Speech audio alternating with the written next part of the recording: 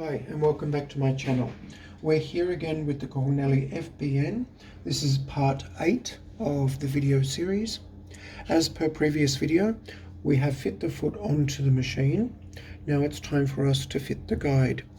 As mentioned earlier, there are a lot of different guides. The only issue is there are two types, one that fits the FBN and FB model, and then there's the type which fits the FD. The FD is ever so slightly different. They look very similar, almost impossible to recognize the difference with the naked eye. So when you're purchasing guides, you do need to make sure it's going to correspond to your machine. So simply I'm putting that on there. I'm going to tighten these up most of the way, but not the entire way. As I explained earlier, the guides can be tilted depending on what you need the needle positioning to be. So instead of trying to move the needle, this machine is not capable of that. They actually allow you to move the guide a little bit further to the left and a little bit further to the right by adjusting these two. Next, we need to thread the ribbon through the machine. So as explained in an earlier video, you have to go through this hole here and the one with the wide cutout. Slip your ribbon into your long eye threader and then down through the large hole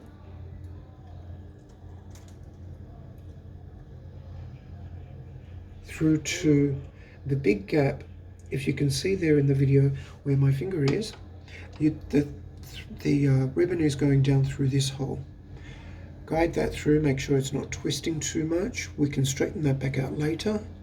Through that large gap and down through the next part through the face. You'll see it come out through here in the center of the machine. We need to continue that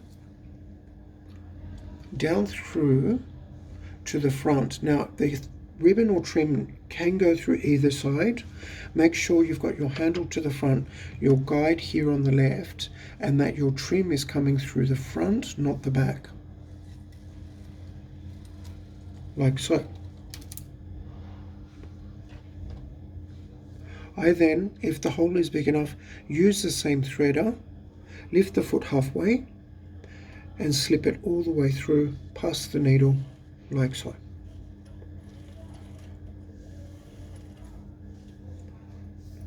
That looked relatively easy because it actually is. The only thing you need to do is try and get the twists out from your trim. It's not necessary, like 100%, but I prefer it to be twist free. But I may adjust this again, depending on the weave of the trim, whether it should go to the front or the back. I'm using a double-sided ribbon here, so it doesn't matter which one is front and back. Next, you slip your fabric under the guide and the foot. Your top thread and trim will be on the top and your bobbin thread underneath. Hold all of your threads and trim down, press your foot down and start stitching.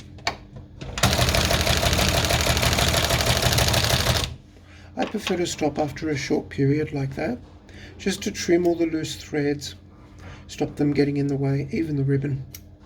Depending on my design, whether I need to finish that off or whether I will just come back over, run over that ribbon again.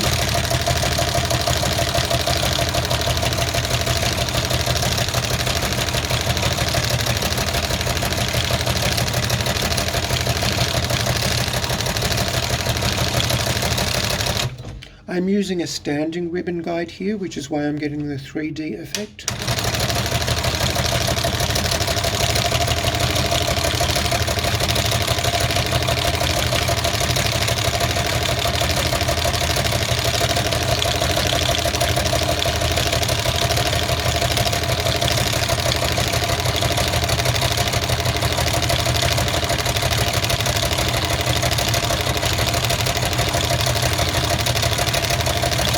And there we have the single needle operation using the 316 satin ribbon. Enjoy.